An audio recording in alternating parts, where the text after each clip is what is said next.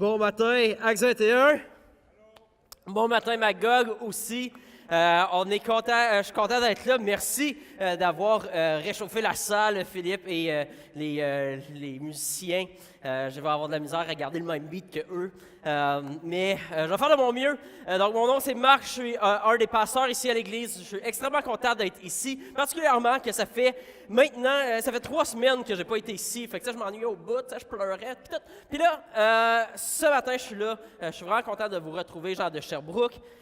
J'ai eu l'occasion, il y a 2 semaines, d'être à Magog, prêcher à Magog. La semaine passée, on a fait quelque chose de nouveau. On a une église à Montréal aussi, qui est anglophone, donc Church 21 à Montréal. Puis, la semaine passée, ils ont décidé de faire une première essai, de faire un service francophone aussi. Donc, eux, ils se rencontrent dans un cinéma. Puis, qu'est-ce qui arrive, c'est que les gens arrivent, l'accueil est fait bilingue, le service à l'enfance, il est bilingue, mais là, ils ont une salle de cinéma pour le francophone et une salle de cinéma pour les anglophones. Donc, on essayait ça pour la première fois dimanche passé, ça a super bien été, c'était super le fun. Donc, eux autres, ils ont un pasteur qui sont en train de former pour prendre en charge cette nouvelle église-là qui devrait naître dans la prochaine année environ. Donc, c'était vraiment le fun de pouvoir être là la semaine passée, mais on n'est jamais aussi bien que chez soi, donc je suis vraiment content d'être là ce matin. Puis, on arrive à, je crois, la 3e semaine de la série Brave, un monde nouveau. Même si Philippe, il se trompe tout le temps, je ne sais pas si vous l'avez remarqué, il dit Brave, un nouveau monde. C'est pas de même que ça se dit, fait que vous y direz, c'est n'importe quoi ce que tu apportes. Non, c'est pas vrai. Non, mais c'est ça, on arrive avec la 3e semaine de Brave, un monde nouveau. Puis, on a regardé dans les dernières semaines comment que Dieu, quand on commence à suivre Jésus, quand on redécouvre le christianisme, Dieu nous appelle à redécouvrir notre nouvelle identité en Dieu. Ensuite, on a vu comment que même notre façon de voir notre corps, de percevoir comment on utilise notre corps, change en fonction de ce nouveau monde qui s'ouvre devant nous. Puis aujourd'hui, on parle de tout ce qui est de la pensée, de tout ce qui est le cerveau, la tête, la pensée de l'être humain. Parce que Dieu a créé nos pensées, Dieu a créé la pensée humaine pour que celle-ci nous dirige, qu'elle puisse nous guider vers la vérité, puis qu'elle puisse nous guider vers la liberté. Mais trop souvent, qu'est-ce qui arrive avec nos pensées humaines? C'est que nos pensées sont trop souvent erronées. Nos pensées, ils font fausse route. Puis, je ne sais pas si vous avez déjà remarqué, mais des fois, ce qui se passe dans notre tête, nos pensées, vont en fait nous amener à la mort. Ils vont nous amener à se détruire nous-mêmes. Des fois, dans nos pensées, ça nous amène vers un creux, ça nous amène à se détruire soi-même. Nos pensées nous amènent à se détruire les uns les autres, ça détruit nos relations. Puis, même souvent, nos pensées nous amènent à devenir esclaves de nos mauvais choix. Donc, nos pensées nous ont convaincus que c'était un bon choix. On a décidé de suivre ce choix-là, mais en réalité, on devient esclave de nos pensées. Combien souvent est-ce que votre cerveau vous a trompé? Une fois. C'est bien. Moi, ça m'est jamais arrivé, fait que t'as de la misère, mon grand. Non, mais combien souvent est-ce que notre cerveau nous trompe? Combien souvent est-ce que notre cerveau nous joue des tours? Ça arrive quand même assez souvent, puis malheureusement, ça arrive plus souvent qu'on le pense. Mais on ne s'en rend pas compte parce que notre cerveau nous a dit que c'était correct. Fait que j'étais dans une conférence il y a une couple de semaines de ça, puis il disait que la majorité des êtres humains, on a 3,4 angles morts dans notre vie. Les êtres humains, on a 3,4 angles morts. Ça, c'est des endroits, ça, c'est pas des faiblesses qu'on a dans notre vie, mais parce que des faiblesses, on reconnaît que c'est des faiblesses. Mais des angles morts, ça, c'est quand on pense que c'est une de nos forces, mais en réalité, tout le reste du monde savent que c'est une faiblesse. Fait que là, nous autres, on est ça, on fait notre travail, on travaille en équipe, peu importe. Puis là, nous autres, on commence avec, je sais pas, tu es un dirigeant d'entreprise, peu importe. Puis là, tu commences avec ton pep talk de la journée. Puis là, toi, tu es sûr que c'est ça qui amène l'équipe à être en feu. Puis dans le fond, ça, tu es le seul à croire ça, parce que le reste de l'équipe sont comme, aïe, c'est le pire temps de la semaine, ça nous endort, ça sert à rien, cette affaire-là. Mais toi, tu es convaincu que c'est bon, t'sais, parce que ton cerveau te joue des tours. Donc, on a, en tant qu'être humain, des angles morts. Puis, donc, souvent, on se fait tromper par nos pensées. Combien souvent Aussi, est-ce que ça vous est arrivé que vos pensées vous ont accusé? Ça, c'est habituellement très, très fréquent. Même habituellement, ça arrive plusieurs fois par jour. Il y a des mensonges que l'on croit, il y a des choses qu'on croit qui viennent dans notre tête, qui viennent nous accuser, qui viennent nous culpabiliser, nous descendre, nous écraser. Donc, des pensées comme « Aïe, t'es bon à rien, t'es pas beau, t'es pas belle, tu vaux rien, t'es pas à la hauteur, tu vas jamais rien faire de bon dans la vie », des paroles comme ça. Est-ce que ça vous est déjà arrivé? Oui, ça nous arrive tout. On dirait qu'il y a des paroles. Pourtant, Dieu nous a donné nos pensées pour qu'elles puissent nous diriger vers la vérité, qu'elles puissent nous diriger vers la liberté. Mais trop souvent, nos pensées, on dirait qu'ils sont en train de nous tromper, ils sont en train de nous amener dans des endroits qu'on ne devrait pas aller. Donc, ce que Dieu veut faire, puis ce qu'on regarde dans cette série-là, puis particulièrement cette semaine, c'est qu'on regarde au fait que Dieu veut nous donner des nouvelles pensées. Il veut remplacer nos pensées humaines, puis il veut les remplacer par ses pensées.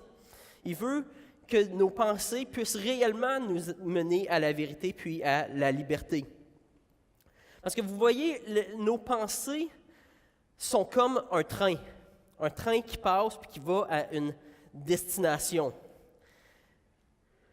Puis, souvent, ce qui arrive, c'est qu'on ne réfléchit pas trop à quel train on prend. Donc, si, exemple, tu s'en vas à une station de métro, une station de train ou peu importe, puis tu fais juste embarquer dans n'importe quel train, le premier train qui arrive, tu ne sais pas où est-ce que tu vas te ramasser. Tu ne vas pas nécessairement te ramasser là où tu voudrais. Mais souvent, avec nos pensées, la première chose qui nous vient en tête, on embarque sur ce train-là, puis après ça, on se demande pourquoi on ne s'est pas rendu à la destination qu'on voulait. Puis souvent, même ce qu'on voit dans la Bible, c'est que Satan, l'ennemi de Dieu, essaye de nous amener dans un mauvais train. Donc lui, dès le matin, dès le moment que tu te lèves, il te bombarde de mauvaises pensées. Il te bombarde de pensées pour essayer de t'amener à te détruire, puis à détruire tes relations et tout ça. Il t'amène dans des pensées négatives pour te rendre dépressif, peu importe. Mais nous, on se réveille, puis on est comme, c'est la première chose qui nous vient en tête, puis là, on est comme, « Ah ouais, je prends ce train-là. » Puis là, on arrive à la fin de notre journée, puis on dit, « Aïe, pourquoi est-ce que j'ai été impatient après mes enfants? Pourquoi est-ce que j'ai crié après ma femme, après mon mari, peu importe? Pourquoi est-ce que je suis tout en train de briser autour de moi? Pourquoi je suis de mauvaise humeur? » Puis, c'est tout simplement parce qu'on n'a pas embarqué dans le bon train. Donc, on se demande pourquoi on se rend là, mais c'est parce qu'on ne prend pas le temps d'analyser où nos pensées nous mènent. Puis ça, en fait, ça m'est arrivé cette semaine. Je vous donne une tranche de vie. La vie chez les pilons. En fait, il y a une situation assez banale qui se produit cette semaine. Puis, cette situation-là provoque le fait que ma femme, Marie-Hélène, elle me passe un commentaire sur un manquement de ma part. OK? Puis les gars, on est très susceptibles. En fait, j'écoutais une autre étude, puis il disait que les femmes, eux, sont surtout susceptibles par rapport à leur image physique. Donc, si tu passes un commentaire sur le physique d'une femme, pas une bonne idée, sauf si c'est positif. Puis, que les hommes, on est très susceptibles par rapport à notre image de faiblesse. Donc, si on sous-entend qu'on n'a pas été à la hauteur, on est détruit. Surtout si une femme croit qu'on n'est pas à la hauteur. Donc, ça joue sur notre orgueil. Puis, moi, ma femme me passe un commentaire que je ne suis pas à la hauteur. Et ça vient m'attaquer. Donc, à ce moment-là, elle fait juste dire ce petit commentaire-là qui est hyper banal. Puis, qu'est-ce qui arrive? C'est que moi, je saute sur le premier train. Je suis comme, ça se peut pas. Quelle injustice. Moi, son mari qui l'aime. Je saute sur ce train et puis je m'en vais. Puis là, il se passe plein de choses dans ma tête. Je me sens attaqué, je me dénigre, je me sens pas à la hauteur, je sens de l'injustice à mon égard, je veux me protéger. Des fois, ça a même rapport avec ce qu'on a vécu dans le passé. Si c'est des paroles qui ont ressemblé à ce que notre père nous disait toujours, n'importe quoi. Fait que peu importe, on essaie de se protéger, développe des mécanismes de défense. Fait que là, je me mets à dire des paroles blessantes à Marie-Hélène pour me protéger. Puis je me mets à poser des gestes qui sont blessants. Puis mon cerveau, à ce moment-là, me dit « Bravo, Marc ». Il me dit, t'as raison de faire ce que tu fais. T'as raison de dire ce que tu dis. Parce que qu'est-ce qui arrive à ce moment-là, c'est que mon cerveau s'est créé un scénario. Il s'est créé une histoire. Il a pris le commentaire de ma femme, puis à partir de ça, il a bâti une grosse histoire. Est-ce que ça est déjà arrivé? Oui, c'est bon. Puis, dernièrement, justement, quand j'étais à une conférence, il y avait une docteur Brené Brown, elle s'appelle. C'est une auteure qui est professeure de recherche à l'Université de Houston. Puis, dans cette conférence-là, j'ai appris que notre système, notre corps, récompense notre cerveau quand notre cerveau arrive à prendre les faits, puis de se créer une histoire ou un scénario qui fait du sens. Donc, à chaque fois que tu prends une information, notre cerveau est toujours en train d'essayer de faire du sens de ce qu'on entend. Donc, à chaque fois que tu réussis de prendre des informations et que tu réussis à faire un scénario, notre corps est fait qu'il va récompenser le cerveau, il va dire « Bravo, cerveau, tu es bon. Continue à résoudre nos problèmes. » Le problème, ce que le Dr. Brené Brown mentionnait, c'est que le problème, c'est que le corps récompense notre cerveau, même si l'histoire ou le scénario qu'on s'est créé était complètement faux. Donc, notre cerveau, il se sent bien, il se sent récompensé quand il a fait une histoire, puis il veut travailler, il va vivre sa vie, il va poser ses actions, dire les paroles qu'il veut en fonction de cette histoire-là qui s'est créée, mais il va être récompensé même si l'histoire qui s'était créée était complètement fausse. Et donc, moi, dans ma situation de cette semaine, ça ne me dérangeait pas que l'histoire que je m'étais créée était fausse. Dans ma tête, ça disait, j'avais l'impression que je faisais bien de penser de cette manière-là, que j'avais raison de poser les gestes que je posais, puis de dire les paroles que je disais. Dans ma tête, c'était vrai. L'histoire que je m'étais créée, dans ma tête, elle était vraie. Mais vous pouvez imaginer à quel point ça peut être destructeur. Vous pouvez imaginer à quel point ça peut être destructeur quand on bâtit notre relation, nos relations, on bâtit notre vie, on bâtit nos actions, nos paroles sur des faits qui sont, pas sur les faits qui sont erronés, mais sur une histoire qui est erronée. Un scénario qu'on s'est bâti de toutes pièces, puis qui ne représente pas la vérité. Donc, beaucoup de couples, beaucoup de relations, la raison pourquoi que les relations ne vont pas bien, c'est parce qu'on vit chacun avec notre propre histoire, puis on interprète les actions de l'autre en fonction du scénario de l'histoire que nous, on s'est créé. Donc, à un moment donné, j'ai commencé à me rendre compte où ce que mon train est en train de m'amener. Mon train dans lequel j'étais embarqué était très mauvais, puis menait à ma propre perte, menait à la perte de mon couple, menait à la perte de la relation, était en train de briser plein de choses à cause que j'étais dans le mauvais train de pensée. Et donc, à un moment donné, j'ai dû m'arrêter. J'ai dû demander à Dieu de m'arrêter, parce que moi, j'avais le goût encore de continuer.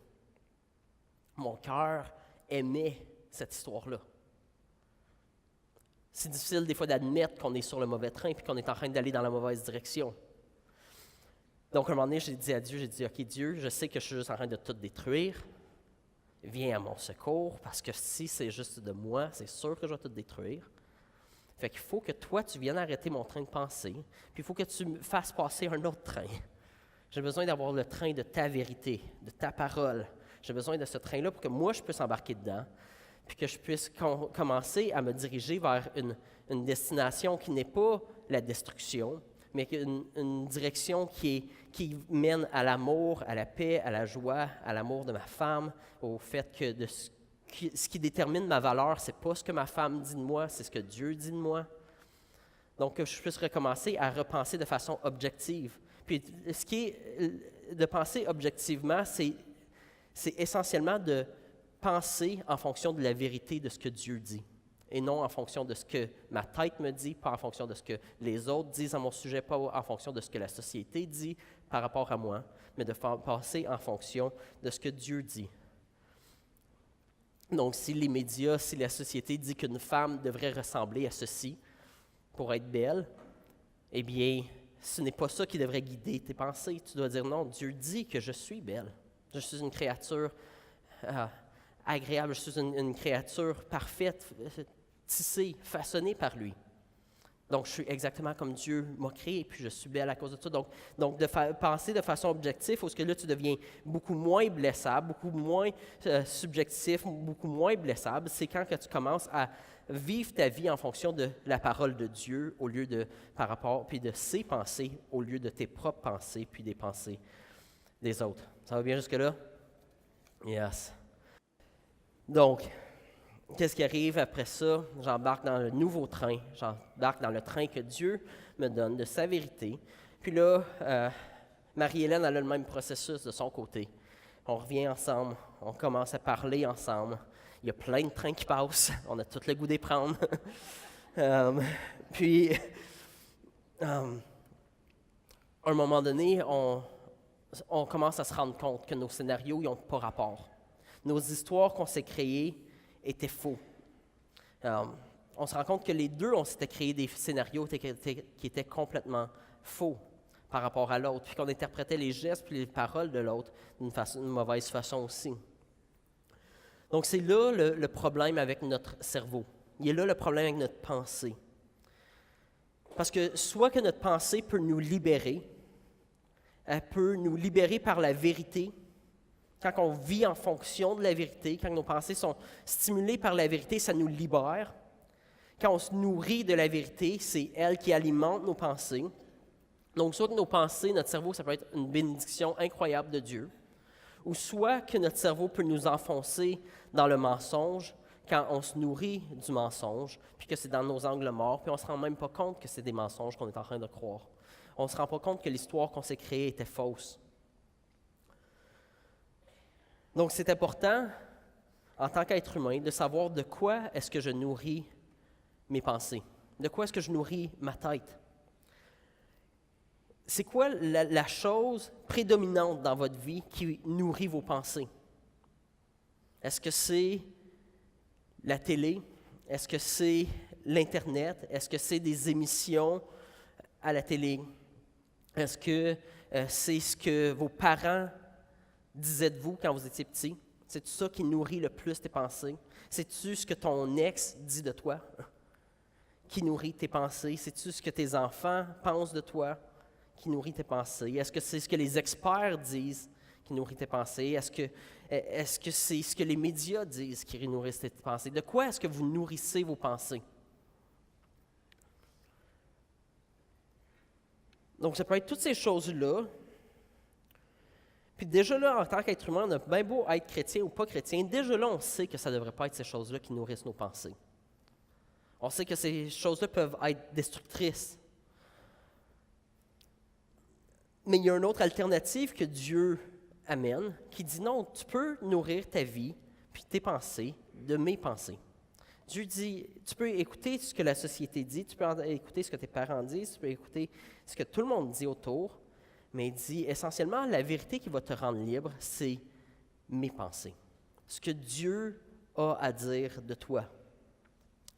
C'est intéressant, dans l'Évangile de Jean, au chapitre 8, Jésus dit la chose suivante. Il dit, si vous demeurez dans ma parole, vous êtes vraiment mes disciples, vous connaîtrez la vérité et la vérité vous rendra libre. Remarquez, il ne dit pas si vous avez entendu mes paroles, parce que des fois on a entendu ce que Dieu a à dire par rapport à nous.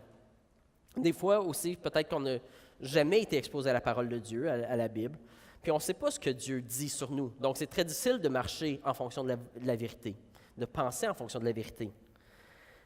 Mais ici, Jésus dit, ce n'est pas juste une question d'entendre les paroles, mais il dit, celui qui demeure dedans ma parole. Il dit, celui qui marche à l'intérieur de ce que Dieu dit, ce que Jésus dit sur toi, sur ta vie, cette personne-là qui demeure dans cette parole-là, il va connaître la vérité, puis en connaissant la vérité, ça va le rendre libre. Donc, Dieu veut renouveler notre pensée parce qu'il veut qu'on soit libre. Il sait que c'est quand on marche dans la vérité qu'on est réellement libre.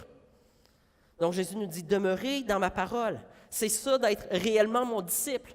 Il dit, un disciple, c'est celui qui suit son maître. Il dit, celui qui suit réellement Jésus, c'est celui qui demeure dans les paroles de Jésus, qui est instruit par la vérité de Jésus, puis que ça le rend libre dans sa vie, dans ses relations, dans sa manière de gérer son argent, dans sa manière de gérer son corps, dans tout ça. Si tu connais la vérité par rapport à Dieu, puis qu'est-ce que Dieu dit à ton sujet, tout d'un coup, dans toutes les sphères de ta vie, tu peux marcher dans la liberté.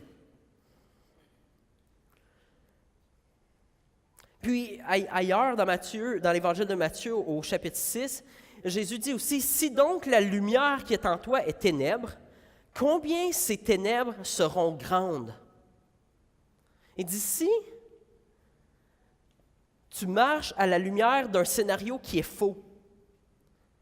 Il dit, moi, quand j'étais dans le contexte de conflit avec ma femme, à cause que mon scénario était faux, puis que ça récompensait quand même mon cerveau, moi, je peux penser dans la lumière, mais ma lumière était ténèbres. Il dit, si ce qui t'éclaire, c'est les ténèbres, si ce qui t'éclaire dans ta vie, c'est des mensonges, si ce n'est pas la parole de Dieu qui t'éclaire, il dit, à quel point tes ténèbres vont être ténèbres?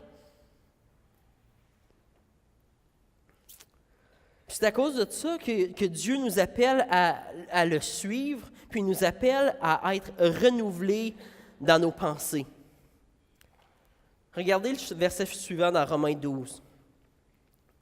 On va attendre qu'il apparaisse. Ça nous dit, « Ne vous conformez pas au monde actuel, mais soyez transformés par le renouvellement de l'intelligence, afin de discerner quelle est la volonté de Dieu, ce qui est bon, agréable et parfait. » Il nous dit,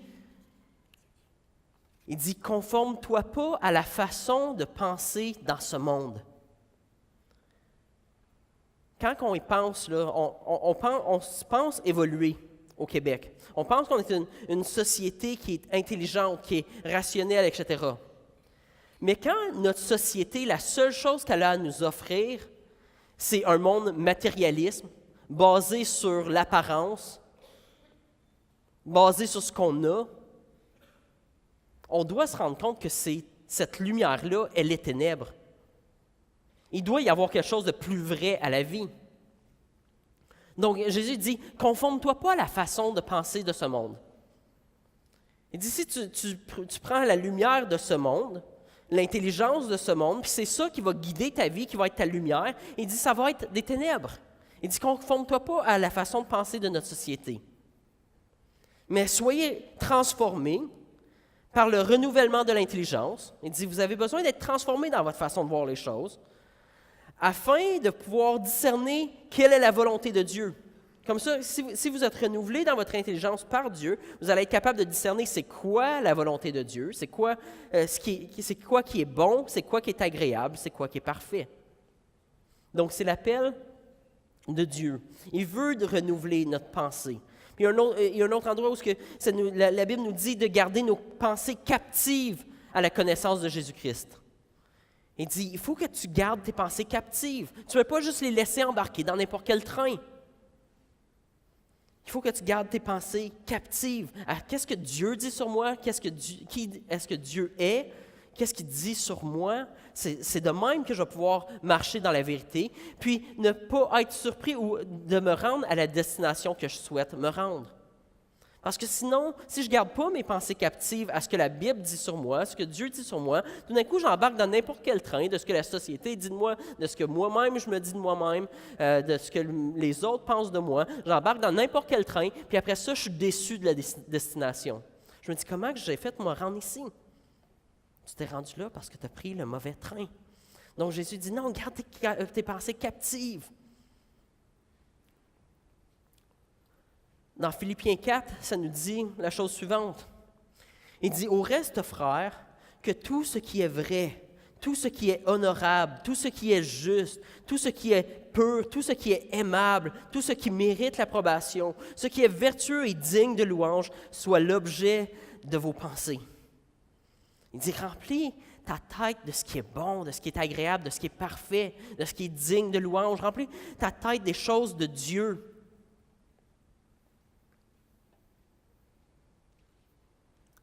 Donc ce matin, ce que j'aimerais qu'on fasse, c'est de lire un passage dans Romains, au chapitre 1, qui traite de cette question-là, de toute cette question-là de nos pensées. Comment l'être humain, notre pensée, a été corrompue. Donc on va le lire ensemble, on va faire certaines observations, puis on va partir de là. C'est bon? Romains 1. En effet, donc ce passage-là nous montre comment l'être humain a fait fausse route. Il dit, en effet, les perfections invisibles de Dieu, sa puissance éternelle, sa divinité se voient depuis la création du monde. Elles se comprennent par ce qu'il a fait. Ils sont donc inexcusables. Puisque tout en connaissant Dieu, ils ne lui ont pas donné la gloire qu'il méritait en tant que Dieu et ne lui ont pas montré de reconnaissance. Donc, premièrement, il dit les perfections invisibles de Dieu. Le fait que Dieu existe, sa puissance éternelle, sa divinité. Il dit ça se voit depuis la création du monde. Il dit, on a juste allé dans la création, tu vas sur le mont Harford, peu importe, tu vas dans la nature, puis il y a quelque chose qui te dit, tu sais très bien que j'existe. Tu sais très bien qu'il y a quelque chose de plus grand. Il dit, l'être humain, même, il y a un autre passage qui dit que Dieu a mis dans le cœur de l'homme la pensée de l'éternité. Donc il dit, ils sont inexcusables. Il dit, l'être humain là, qui essaye de prétendre que Dieu n'existe pas, il se trompe lui-même. C'est qu'il est en train de se créer un autre scénario parce qu'il ne veut pas avoir le scénario que moi j'ai établi. Il ne veut pas avoir le scénario qui est la vérité. Donc, on se crée notre propre scénario, mais il dit, ils sont inexcusables parce que dans le fond, c'est évident que Dieu existe, c'est évident qu'il est puissant, c'est évident qu'il est éternel. Puis il dit, tout en connaissant ça, même si on est très au courant de tout ça, même puis notre société ne va pas admettre ces choses-là, mais il dit, l'être humain, dans le fond lui-même, il sait très bien que c'est vrai. Mais il dit, malgré qu'ils savent ça, ils n'ont pas remis la gloire à Dieu qui lui revenait. On a voulu se créer un autre scénario.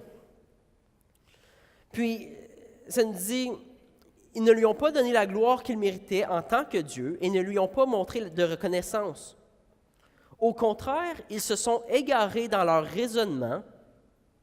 Donc, en faisant semblant que Dieu n'existe pas, en essayant d'expliquer le monde en fonction du fait que Dieu n'existe pas, on s'est égaré dans notre raisonnement, puis leur cœur sans intelligence a été plongé dans les ténèbres. Ils se vantent d'être sages, mais ils sont devenus fous. Ça, c'est ce que Dieu dit de notre société, de l'être humain. Il dit, ils se vantent d'être sages en disant que Dieu n'existe pas. On n'a pas besoin de Dieu. Puis ils se créent une autre histoire. Puis ils croient à leur nouvelle histoire. Puis ils se vantent d'être sages, mais ils sont devenus fous. Et ils ont remplacé la gloire de Dieu, du Dieu incorruptible, par des images qui représentent l'homme corruptible, des oiseaux, des quadrupèdes et des reptiles. C'est pourquoi Dieu les a livrés à l'impureté par les désirs de leur cœur, de sorte qu'ils déshonorent eux-mêmes leur propre corps. Eux qui ont remplacé la vérité de Dieu par le mensonge et qui ont adoré et servi la créature au lieu du Créateur qui est béni éternellement. On va juste rester à cette slide-là pour l'instant. Donc, il dit, l'être humain, en rejetant Dieu dans l'équation de la vie, ils ont remplacé la gloire de Dieu par la création. On a servi à adorer la créature au lieu du Créateur. Donc, l'être humain croit en lui-même, la créature. Il croit dans la nature, dans la création. Bien, il ne va pas appeler ça la création, mais il va croire dans la nature, comment que la nature est bonne, etc. On va croire dans la créature, puis on va lui remettre la gloire. Ça va être Mère Nature qui est notre Dieu. C'est nous-mêmes qui sommes nos propres dieux. Puis Dieu dit, vous êtes en train de vous égarer. Vous êtes en train de faire fausse route. Vous ne comprenez pas que vous êtes en train de vous mêler dans tout ça. Vous vous vantez d'être sage, mais vous êtes devenus fous. Puis on commence à dire que c'est la nature qui s'est créée elle-même, au lieu de reconnaître qu'il y a un créateur. Puis ça nous dit, c'est pourquoi Dieu les a livrés à l'impureté par les désirs de leur cœur. Dieu il a dit, OK, c'est un peu comme un parent, il dit, OK, c'est ça que tu veux faire? C'est ça que tu veux croire? Vas-y. Puis Dieu laisse l'être humain se livrer à ses propres désirs, à la lumière de son cœur qui est ténèbres. On continue. Comme ils n'ont pas jugé bon de connaître Dieu, Dieu les a livrés à leur intelligence déréglée, de sorte qu'ils commettent des actes indignes. Ils sont remplis de toutes sortes d'injustices, d'immoralité sexuelle, de méchanceté, de soif de posséder et de mal. Leur être est plein d'envie, de meurtre, de querelles, de ruses, de fraude, de perversité. Rapporteurs, ils sont aussi médisants, ennemis de Dieu, arrogants, orgueilleux, vantards, ingénieux pour faire le mal, rebelles à leurs parents, dépourvus d'intelligence, de loyauté, d'affection. Ils sont irréconciliables, sans pitié. Est-ce que vous trouvez que ça décrit bien le monde dans lequel on vit? Dieu dit, je peux vous livrer à votre intelligence réprouvée. Je peux vous livrer à votre intelligence humaine, sans Dieu. Mais il dit, ce que ça va donner comme résultat, c'est dégueulasse. Ce que ça va donner comme résultat, c'est tout le mal qu'on voit sur la terre. Puis il dit, et bien qu'ils connaissent le verdict de Dieu déclarant dignes de mort les auteurs de tels actes, il dit, même si dans le fond de nous-mêmes, même notre conscience nous dit que c'est mal ce que l'on fait, non seulement ils les commettent, mais encore ils approuvent ceux qui agissent de même. Donc ce qui arrive, c'est qu'on change la vérité de Dieu par un mensonge, puis maintenant on appelle le mensonge vérité. Puis vous savez, quand on se pense libre, quand on demande c'est quoi la liberté, les gens souvent vont dire la liberté c'est de faire ce que je veux. Mais ça c'est une fausse liberté. La seule vraie liberté, c'est quand ce que tu veux faire, quand tu fais ce que tu veux faire, mais ce que tu veux faire, c'est aussi ce qui est bien à faire. C'est ça la vraie liberté. Donc si tu dis, OK, je veux être libre, je veux faire ce que je veux, je vais lâcher l'école. Comme, oui, mais tu deviens esclave de quelque chose d'autre. Je veux être libre, fait que je vais aller remplir mes cartes de crédit. Tu es libre momentanément, mais tu deviens esclave de d'autres choses. Donc, le seul moment que l'être humain est réellement libre, c'est si ce qu'il veut faire, et il fait ce qu'il veut faire, mais ce qu'il veut faire, c'est aussi ce qui est bien à faire. Puis c'est à ça que Dieu nous appelle. Il dit, moi, je vais vous dire ce qui est bien à faire. Je veux transformer ton intelligence pour que tu puisses désirer ce qui est bien à faire. Comme ça, tu vas être réellement libre.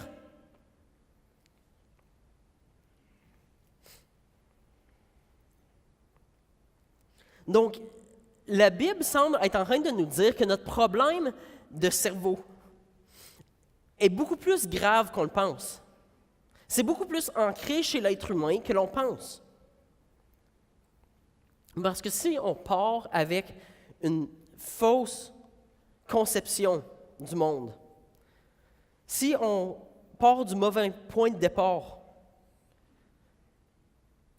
de reconnaître Dieu, si on ne reconnaît pas qui Dieu est, si on ne lui remet pas la gloire qui lui revient, si on ne le reconnaît pas comme créateur, ce qui va arriver, c'est qu'on va finir par se créer un scénario qui est faux.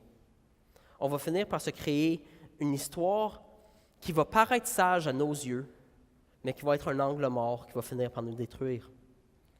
Notre sagesse va être en fait de la folie. Donc, l'homme de lui-même se perd dans ses pensées. L'être humain, laissé à lui-même, se perd dans ses pensées obscures, puis se vante d'être sage. Puis la Bible nous dit que c'est parce que l'être humain, l'homme, est mort spirituellement. la Bible nous dit qu'il y a quelque chose qui s'est passé à un moment donné où on s'est rebellé contre Dieu, on ne voulait pas de Dieu dans l'équation, puis à ce moment-là, ça a créé une séparation entre nous et Dieu. Dans la Bible, la notion de mort, c'est toujours une notion de séparation. Donc, à notre mort physique, c'est l'âme qui se sépare de notre corps. Puis, la mort spirituelle, c'est quand l'être humain, la créature de Dieu, on est séparé de notre Créateur. Notre esprit est séparé de son esprit. Puis, on devient mort spirituellement. C'est lui l'auteur de notre vie. Donc, il nous dit que humainement, à cause de ça, c'est ce que la Bible appelle le péché, à cause de ça, à cause qu'on veut faire à notre tête, prendre notre propre chemin, expliquer les choses à notre manière, on est mort spirituellement, puis la Bible nous dit que c'est à cause de ça, c'est impossible pour l'être humain de lui-même de comprendre les choses de Dieu. C'est impossible pour l'être humain de marcher dans ce chemin-là de Jésus, de la vérité, sans l'intervention de Dieu. Regardez ce que ça nous dit dans 1 Corinthiens au chapitre 2. Donc, c'est l'apôtre Paul qui parle à l'église de Corinthe, puis en parlant du message de Dieu. Il dit, non, nous annonçons la sagesse de Dieu, mystérieuse et cachée, celle que Dieu, avant tous les temps, avait préparée d'avance pour notre gloire. Cette sagesse, aucun des chefs de ce temps ne l'a connue. Il dit, notre monde, notre société actuelle, ne reconnaissent pas ces choses-là de Dieu. Car s'ils l'avaient connu, ils n'auraient pas crucifié le Seigneur. On ne continuerait pas de crucifier Jésus, même dans notre société d'aujourd'hui, puis de ridiculiser Jésus, puis les choses de Dieu, si on avait réellement connu Dieu. Mais comme il est écrit, ce que l'œil n'a pas vu, ce que l'oreille n'a pas entendu, ce qui n'est pas monté au cœur de l'homme, Dieu l'a préparé pour ceux qui l'aiment. Or, c'est à nous, à ceux qui l'aiment, aux chrétiens, c'est à nous que Dieu l'a révélé par son Esprit. Car l'Esprit examine tout, même les profondeurs de Dieu. En effet, qui parmi les hommes connaît les pensées de l'homme, si ce n'est l'Esprit de l'homme qui est en lui? De même, personne ne peut connaître les pensées de Dieu si ce n'est l'Esprit de Dieu. Or, nous n'avons pas reçu l'Esprit du monde, mais l'Esprit qui vient de Dieu, afin de connaître les bienfaits que Dieu nous a donnés par sa grâce. Et nous en parlons non avec les paroles qu'enseigne la sagesse humaine, mais avec celles qu'enseigne l'Esprit Saint. Ainsi, nous employons un langage spirituel pour exprimer ce qui est spirituel. Mais l'homme naturel, l'être humain de lui-même, n'accepte pas ce qui vient de l'Esprit de Dieu, car c'est une folie pour lui. Quand on prêche la Bible, quand on annonce l'Évangile, le message de Dieu, c'est une folie pour notre société. Il est même incapable de le comprendre, parce que c'est spirituellement qu'on en juge. Donc, le seul moyen d'être renouvelé dans votre intelligence, pour comprendre réellement les choses de Dieu, que votre lumière soit réellement lumière, c'est en recevant l'Esprit de Dieu. C'est l'Esprit de Dieu qui peut renouveler notre pensée. Puis pour ça, on doit vivre une genre de nouvelle naissance. Puis c'est pour ça que c'est de braver un monde nouveau. On doit vivre une nouvelle naissance où on va faire face à un nouveau monde parce que maintenant, on va être éclairé par la lumière qui vient de Dieu, par l'Esprit de Dieu. Puis ça va nous faire voir le monde complètement différent. Donc, comment est-ce qu'on fait pour vivre cette nouvelle naissance-là? Puis pour ça, j'aimerais ça qu'on aille dans un texte qui est assez connu. En fait, vous avez probablement déjà vu une affiche dans une game de baseball ou peu importe, qui est écrit John 3:16. On va y arriver dans pas long à Jean 3:16, l'Évangile de Jean, chapitre 3, verset 16. Mais ça nous dit au début, c'est l'histoire de Jésus qui est en train de parler avec un homme religieux. Puis Jésus répondit, en vérité, je te le dis, si un homme ne naît d'eau et d'esprit, il ne peut entrer dans le royaume de Dieu. Ce qui est né de la chair est chair, ce qui est né de l'esprit est esprit. Il dit, tu ne peux pas être en relation avec Dieu, rentrer dans le royaume de Dieu, humainement.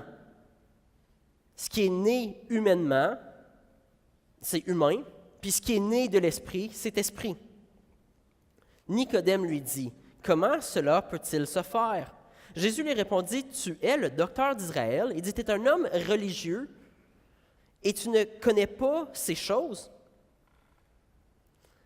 En vérité, je te le dis, nous disons ce que nous savons et nous rendons témoignage à ce que nous avons vu. » Il dit à cet homme religieux-là, il dit, « La raison que tu ne connais pas ces choses et que tu ne dis pas ces choses-là, c'est à cause que tu ne l'as pas expérimenté. Donc toi, tu peux juste dire ce que tu as vécu. » Mais qu'est-ce qui arrive, c'est que la religion, ce qui n'est pas ce que la Bible enseigne, la religion, c'est comment est-ce que l'être humain, par ses efforts, va réussir à vivre selon le chemin de Dieu. C'est dire, OK, je crois comprendre à peu près le chemin de Dieu, je vais faire de mon mieux pour marcher dans ce chemin-là, par mes efforts. La Bible, en fait, ce qu'elle a à dire là-dessus, c'est que c'est peine perdue. Il dit, l'être humain de lui-même ne peut pas marcher selon les voies de Dieu. Il ne les connaît même pas, il n'est même pas capable de les comprendre. Donc, il dit, ce que tu as besoin, c'est de naître de nouveau. Tu as besoin de vivre une deuxième naissance qui, elle, ne va pas être physique, tangible, matérielle, mais elle va être spirituelle. Tu as besoin que Dieu te mette au monde, te fasse renaître dans ton esprit. C'est ce que l'être humain a besoin. Et donc, il continue au fameux verset Jean 3,16, il dit « Car Dieu a tant aimé le monde. » Il dit « Dieu, il nous aime tellement, il veut tellement ça pour toi, qu'il a donné son Fils unique, afin que quiconque croit en lui ne périsse pas, mais qu'il ait la vie éternelle. » Il dit « Ce qui permet à un être humain de renaître de nouveau, de naître spirituellement, c'est de croire en Jésus-Christ. » Il dit « Le moment que tu crois en Jésus-Christ, Dieu va te faire le don du Saint-Esprit. Il va te faire renaître de nouveau. C'est la nouvelle naissance, c'est de croire en Jésus. C'est de croire dans la parole de Jésus. C'est de croire que la vérité, ce n'est pas ce que les autres disent, ce n'est pas ce que ma tête me dit, c'est de croire ce que Jésus dit. Il dit, je suis le chemin, la vérité, la vie.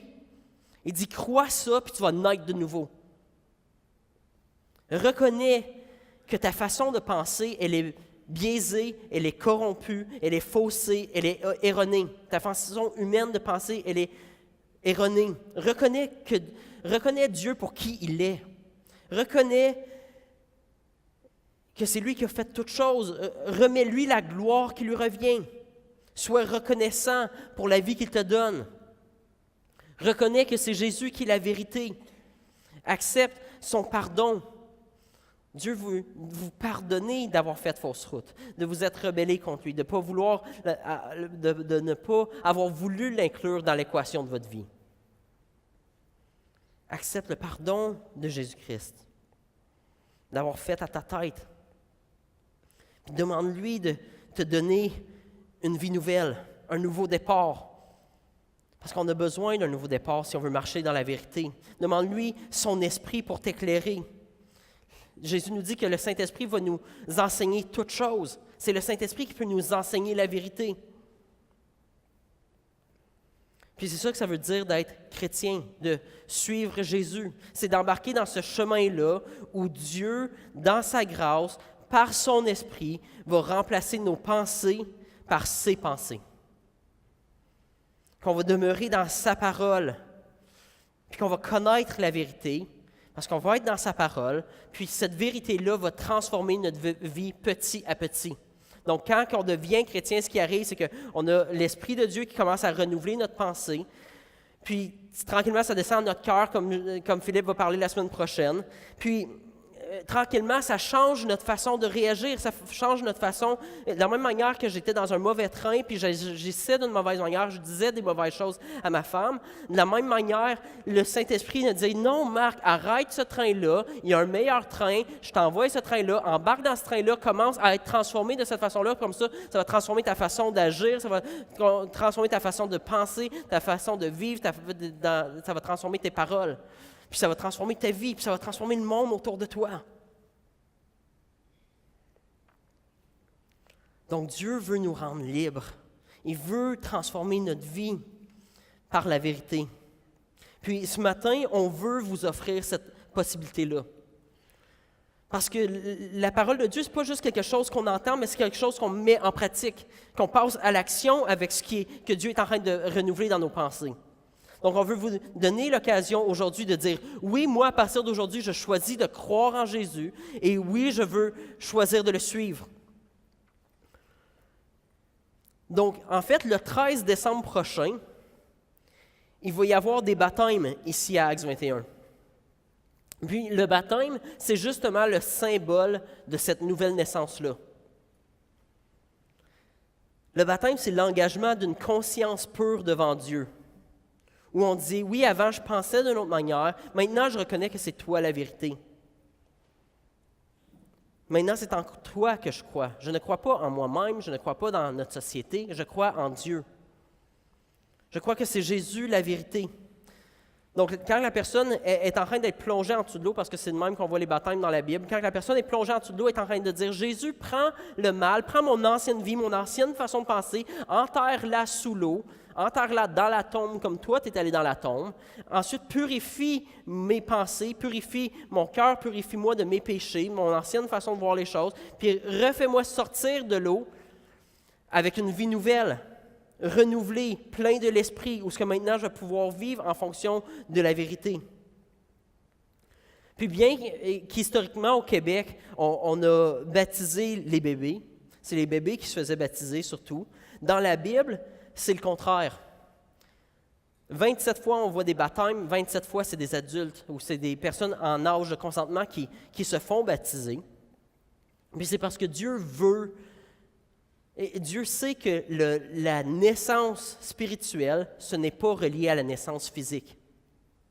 Donc, si la naissance spirituelle était reliée à la naissance physique, c'est quand ils étaient bébés qu'on les baptiserait. Mais quand Jésus est en train de parler à Nicodème, il dit non, la naissance spirituelle, c'est quelque chose qui se passe même quand tu es adulte. Et Nicodème il dit, comment est-ce qu'un adulte peut renaître? Il dit, oui, c'est à cause que tu ne comprends pas, c'est spirituel. Donc, le baptême biblique, celui qu'on trouve dans la Bible, c'est celui où c'est des gens consentants parce que Dieu veut que ça soit éclairé dans nos pensées de façon consciente, réfléchie, qu'on décide de suivre Jésus-Christ puis qu'on naisse de nouveau.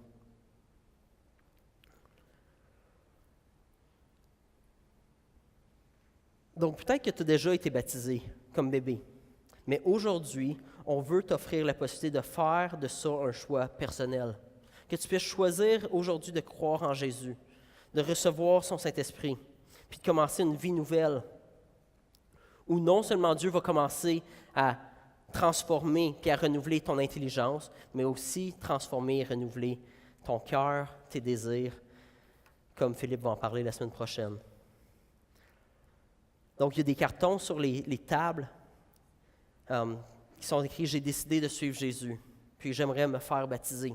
Donc, si tu es ici depuis un certain temps, ou même peut-être c'est la première fois que tu es ici, mais tu te dis « Moi, c'est ça que je veux. Je le vois très bien que ma vie, je suis en train de la vivre selon des mensonges, que la société, c'est des mensonges. Je veux vivre selon la vérité de Dieu. Je veux être éclairé par la vérité de Dieu. » Je t'invite à remplir ce carton-là. C'est pour nous signifier votre désir d'être baptisé. Puis le 13 décembre prochain, on va avoir une célébration ici où on va baptiser les gens qui veulent être baptisés. Puis on veut bien vous accompagner dans ce cheminement-là. C'est un monde nouveau, puis c'est vrai qu'on doit braver ce monde nouveau-là. On a besoin les uns des autres pour braver ce monde nouveau-là, puis être renouvelé dans notre esprit, parce que Dieu nous enseigne les choses par sa parole, il nous enseigne les choses par son esprit, il nous enseigne les choses par les autres chrétiens qui sont déjà passés par où ce qu'on passe. Donc, on a besoin les uns des autres, puis on vous invite à remplir ce carton-là, à le remettre dans une des boîtes qui est à l'extérieur, proche des tables de bienvenue, les tables bleues. Donc, on vous invite à remplir ça si vous aimeriez vous faire baptiser le 13 décembre prochain. Puis peut-être que tu es ici ce matin puis que tu as déjà été baptisé. Peut-être que tu as déjà été baptisé comme adulte. Tu as déjà pris cette décision-là. Tu es déjà chrétien. Puis là, tu es là ce matin, tu entends tout ce qui a été dit, puis tu dis, oui, mais moi, il me semble que ma pensée, elle est toujours corrompue, elle est toujours erronée. On dirait qu'elle est comme mon ancienne pensée. On dirait que ma pensée n'est pas renouvelée. Fait qu'est-ce qui se passe avec moi? Puis c'est peut-être, en fait, le temps pour toi de commencer à nourrir tes pensées de la parole de Dieu. Peut-être que tu as nourri tes pensées d'un peu n'importe quoi. Puis peut-être que, oui, tu t'es nourri de la parole de Dieu, mais tu t'es aussi nourri d'autres choses. Puis en bout de ligne, tu choisis de croire ces autres choses-là, plutôt que de croire ce que Dieu dit sur toi, puis sur lui-même. Peut-être que c'est le temps que tu ne sautes pas sur le premier train. Peut-être que tu es une personne qui est impulsive, puis qu'aussitôt qu'il arrive de quoi, tu sautes tout de suite dans un train. Peut-être que c'est le temps que tu laisses les trains passer. Peut-être que tu commences à garder tes pensées captives. Puis tu te dis, non, je ne vais pas sauter dans n'importe quel train. Je sais quel train que je veux. Je veux le train de la parole de Dieu. Je veux le train de la vérité de Dieu. Je vais l'attendre, ce train-là. Je vais trouver ce train-là. Je vais aller dans la Bible. Je vais chercher dans la Bible. Je vais découvrir la vérité. Parce que souvent, qu'est-ce qui arrive, c'est que notre cerveau, il y a de la misère à ne pas avoir des pensées. Donc, qu'est-ce qui arrive, c'est que quand on reconnaît, des fois, on a de la misère à reconnaître que ce qu'on est en train de croire, c'est un mensonge. Donc, ça, c'est une première étape. Mais des fois, même quand on sait que ce qu'on est en train de croire, c'est un mensonge, on ne sait pas par quoi le remplacer. Parce qu'on n'a pas étudié la Bible, on n'a pas été attentif au Saint-Esprit, on n'est pas allé chercher auprès de d'autres chrétiens pour nous aider. Puis là, on ne sait pas avec quoi remplacer le mensonge. Mais ça fait un effet de vacuum où il faut absolument remplir notre pensée avec quelque chose. Donc, le plus que tu veux être dirigé par les pensées de Dieu, le plus que tu dois te nourrir des pensées de Dieu. Parce que ça reste que c'est toujours un choix. Même une fois que tu es chrétien, c'est à chaque jour que tu dois décider, est-ce que je vais croire les mensonges de la société, les mensonges qui viennent dans ma tête, ou est-ce que je vais croire la parole de Dieu? Donc, c'est peut-être le temps que tu commences à choisir le train de Dieu, le train de sa pensée, puis que c'est sa pensée qui va diriger ta vie. C'est peut-être le temps que tu débarques du train de ce que ton père t'a toujours dit, ta mère t'a toujours dit, de ce que tes collègues pensent de toi, de ce que tes enfants pensent de toi, de ce que la société dit de toi, de ce que les médias disent de toi, puis de la vérité. C'est peut-être le temps que tu débarques de ce train-là, puis que tu le remplaces par ce que Dieu, ton Père céleste, celui qui t'a créé, celui qui t'aime, qui te connaît parfaitement, que tu remplaces parce que lui, il dit. Il dit que tu es précieux. Il dit que tu es digne. Il dit que tu es aimé. Il dit qu'il veut te sauver. Il veut te diriger. Il ne va jamais t'abandonner. C'est peut-être le temps pour toi de laisser Dieu renouveler tes pensées par ses pensées.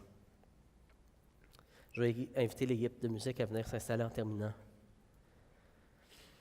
Parce que c'est seulement quand on prend les pensées de Dieu, puis qu'on vit en fonction des pensées de Dieu, puis en fonction des vérités de Dieu, c'est seulement là que ça nous rend réellement libres. C'est juste là qu'on vit la liberté du chrétien. Parce que Dieu veut nous donner la vie, puis il dit même, je veux vous la donner en abondance. Dieu veut qu'on marche libre. Mais quand on est comme moi cette semaine, qui commence à embarquer sur un train qui n'est pas la vérité, ça ne me rend pas libre. Puis à chaque fois, je suis en train de me rendre esclave de choses que Dieu me dit, non, je t'ai rendu libre, je veux te rendre libre, prends le bon train. C'est ça l'invitation de Dieu pour nous ce matin.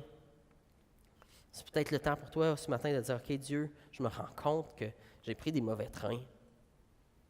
J'ai besoin de ton intervention. Je sais que ce n'est pas un effort humain qui va réussir.